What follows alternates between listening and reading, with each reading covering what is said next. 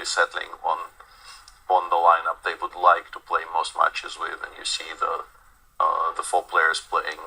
No Tanya Sajdev, right? I mean, Tanya Sajdev is having some vacations for the moment, but she's having a very good Olympiad. She's had a run of very solid results. Absolutely, yes. But this does seem to be the chosen squad for the top clashes. You see Indian women playing specifically with this lineup more often than not.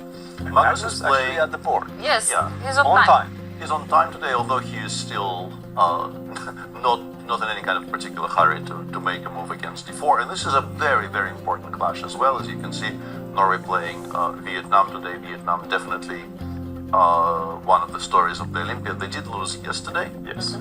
But until then, they were playing a very, very good event. They held China to a draw due to Quang beating the world champion Dick Viren to a draw.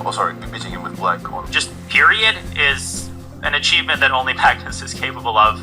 How does White untangle here? Is Knight F4 worthy of consideration? Do you put a Rook on E1, or do you seek active counterplay? Well, he's made a move. He answered the question that I was going to find difficult to respond to, but he went Rook E1 it looked like. So he's just in a bit of a passive pose. He's just defending preemptively against any pressure down the E-file. But how could you be upset about this position if you're Magnus? The one, I guess, point that you may want to improve is winning chances. It looks like Black can just increase the pressure down the E-file, but White's already dealing with that. So Danya, one of the big questions I have about this game is if Black can maybe try for a C5 break as well. It's not just with the E-file. If Black can open up another avenue, then Magnus may be able to play for more than just a solid slight plus. This is not me talking, but there is a tactics alert. This was not on my radar at all, and I will preface this by saying it doesn't actually change the evaluation that much. So White might have seen it. L, EDO, Robert. Rook takes E3. Hello. How about this move?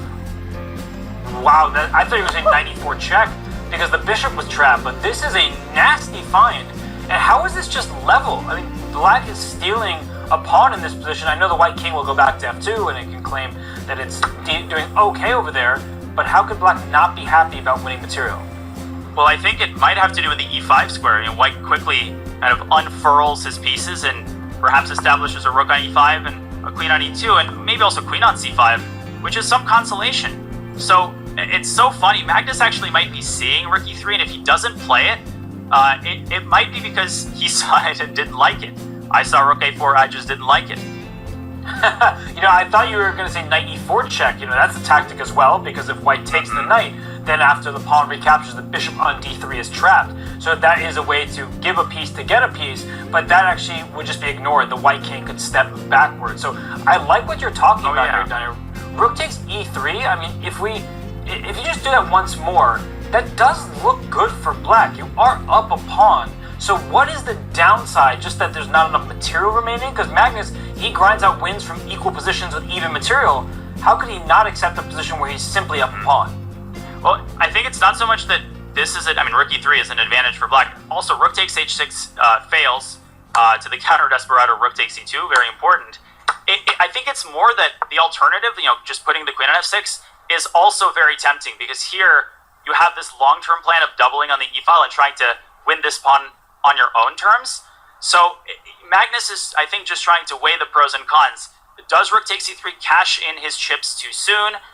Would he be better advised, keeping his foot on the gas pedal and using the slow burn approach? You know what they said of Netherlands and Georgia. So for Benjamin Bach,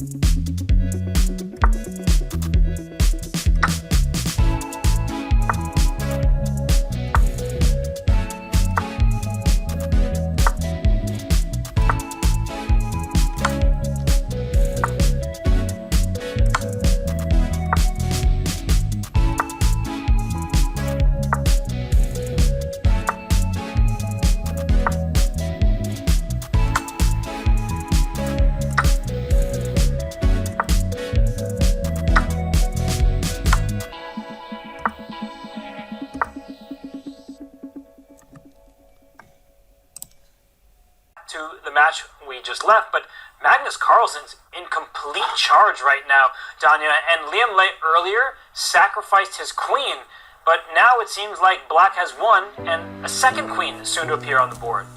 And Parham did, by the way, play queen f4. We have come to expect exactly that from him. Brazen, brave, audacious, but Magsudlu keeps the fire burning and will try to turn the game around. But right now, Magnus Carlsen is on our camera. Soon he will be on our board. And incredible stuff. Absolutely, this is a masterclass that Magnus Carlsen is putting the finishing touches on right now. Well, look at the position. White has knight, bishop, and rook for a queen and some pawns, but those pawns are more than dangerous. A3, A2, A1, that is what's going to land here. And Danya, we've been praising Liam Lei, haven't we? Where we've been saying, he beat Ding Liren with black in an endgame. He's been the stalwart for Team Vietnam, but if he's losing with the white pieces, that seems to crumble their hopes. Well, I'm not going to show the last 20 moves, but if we rewind 20 moves, Magnus did, after some deliberation, take on E3, securing the extra pawn, and then navigated the ensuing tactical complexities. Lim Lee, if we scramble a bit forward, he sacrificed his queen for a lot of material, but it's all about the pawns here. You're dropping a bunch of pawns, your pieces are uncoordinated, and despite some heroic tactics that kept the game going, Magnus helped himself to White's entire queen side, and there is one pitfall to avoid. This is insane. Robert, if you play A3, you might expect the eval bar to go all the way up in White's favor. You're losing your queen, but actually black is still better, because after king d4, knight takes b2, a2, and black simply grows another head. But why would you ever do this? Just insane that black can blunder his queen and still be better. Why can I do that in my games?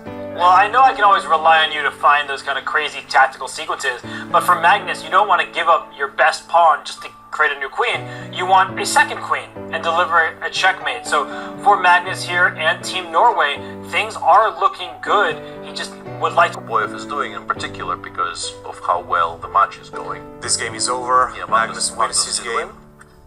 Big result for Team Norway. Much needed result for Team Norway. We'll get to that match in just a second. Let's finish this one up. Yeah, so here for instance, allowing the queens to come off is not the strongest, and Sarana probably ends up holding this, even though the agent kind of disagrees with his treatment and says now after bishop b4. The problem is if you play bishop f6, the move g2, g3 does pick the h-pawn up, so there is still even suffering for black, but I guess you do this anyway. You transfer the bishop over to f4 and you claim that it's going to be very difficult to take apart this block.